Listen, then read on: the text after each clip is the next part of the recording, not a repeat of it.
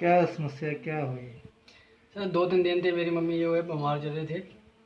और साथ में जब मैं उनको चेक करवाने के लिए 2-3 दिन के बाद डॉक्टर के पास, तो उन्होंने कहा कि उसकी पाथरी रिपोर्ट कम है। तो उन्होंने कहा कहीं और लेके चले जाओ। मैं टांडा लेके पहुंचा, 108 लेके पहुंचा वहाँ पे। तो वहाँ पे हॉस्पिटल के पास पहुंचा तो उन्होंने कोविड टेस्ट किया और कहा कि आप और आपकी जो सास है वो दोनों कोरोना पॉजिटिव हैं। फिर मैं उनको लेके कोरोना वार्ड में पहुंचा तो वहाँ पे मैंने डॉक्टरों से बात की, तो उन्होंने कहा कि ना हमारे पास बेड है और ना ऑक्सीजन है। तो इसके बाद हमने इनके वरिष्ठ अधिकारी से बात की, तो उन्होंने कहा कि ऐसा हमारे पास ना कोई ऑक्सीजन है ना बेड है, आप बताओ क्या करना है। फिर हमने कहा कि आपको और कुछ नहीं तो आप हमारे जो पेशेंट है उनको दवाई तो दे दो, दवाई बता दो। तो उन्होंने दवाई बता दी थी, तो दवाई लिखी लेके मैं घर वापस लेके आ गया उनको, और रात भर उनकी सेवा की और सुबह 4:30 बजे वो ख़त्म हो गए।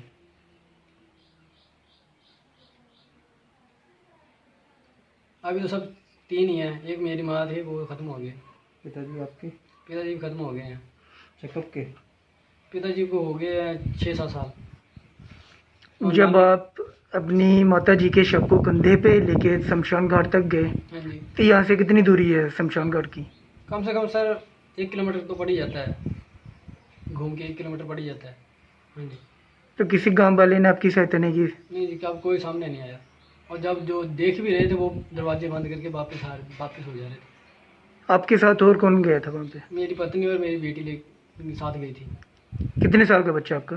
2 साल की लड़की है, जुलाई में होने है उसमें 2 साल का। आप क्या करते हैं सर? घर कैसे चलाते हैं? सर मैं डॉक्टर के पास वैसे काम करता हूँ, सफाई भी कर देता हूँ उनकी, और दवाई वगैरह करवा देता हूँ, छोटा मोटा उनके साथ हेल्प करवा देता हूँ। क्या आप जी, मैंने अपने प्रधान से बात की थी, उनको मैंने कहा था, लेकिन उन्होंने यही कहा कि मैंने भी 2-3 बंदों से बात की है, लेकिन वो कह रहे हैं कि हम नहीं आएंगे। और मैंने कहा कि आप यहाँ पे नज़दीक हमारे ट्रैक्टर वाले हैं, उनको भेज दो साथ में, नहीं तो गाड़ी उतरवा दूंगा, पैसे मैं दे दूंगा, आप भेज दो। बोले हम किसी को फोर्स नहीं कर सकते बार बार। सर बाकी मेरी आशा वर्कर से बात हो रही थी साथ में, और एक प्रधान से बात हुई, बाकी किसी से बात नहीं हुई मेरी, क्योंकि मेरे पास किसी का नंबर था नहीं जो जिससे मैं बात कर सकता। सर सरकार द्वारा आपको तो पीपी किट हमारे जीजा ने प्रोवाइड करवाई थी, लेकिन जो आशा वर्कर थे उन्होंने कहा था मेरे को, लेकिन वो कह रहे कि 9:30 बजे ऑफिस को लेगा तब जाऊँगे, जब जाना है मैंने। फिर मैंने उनको कहा कि मेरे जीजा जी आ रहे हैं तो आप रहने दो, और मैं पीपी किट वहाँ से ले लेता हूँ जीजा से। मतलब ये है कि ना तो आपकी पंचायत ने कोई मदद की और ना ही प्रशासन आ गया है। हाँ जी। क्या नाम है आपकी पंचायत का? भंगवार पंचायत। मैं काफ़ी टाइम तक वेट करता रहा, सुबह 4:30 बजे से। मैं मम्मी मेरे ख़त्म हो गए थे, मैंने 11 बजे तक सबका वेट किया, कोई ना कोई आएगा शायद मेरे को कोई हेल्प करेगा, लेकिन कोई आगे नहीं आया। जब कोई आगे नहीं आया तो मैंने लास्ट में ये डिसाइड किया कि अब मैं खुद उठा के इनको शमशान घाट तक लेके जाऊँगा। और जो मेरे को देख भी रहे थे वो देख के ऐसे कह रहे थे कि हाँ ये देखो, जल्दी जल्दी पीछे हट जाओ, कहीं इसके जो दूषित कण हैं वो हमें ना लग जाएं। ऐसी, और जब मैं लेके जा रहा था मेरे मन में ऐसी विचार आ रहे थे कि आज कोई भी बंदा मेरे घर के, मेरी माँ को उठाने के लिए कोई नहीं आया आगे। और मेरी माँ के मुंह से ना जब मैं उठा रहा था तो उनकी जो मुंह है और जो पेट में से पानी निकल रहा था, और पूरा पानी गिरता हुआ जा रहा था, और मैं कंधे में उठाए बस चला जा रहा था, चला जा रहा था। ये बहुत शर्म की बात है। क्या नाम है आपका? सूरज सिंह।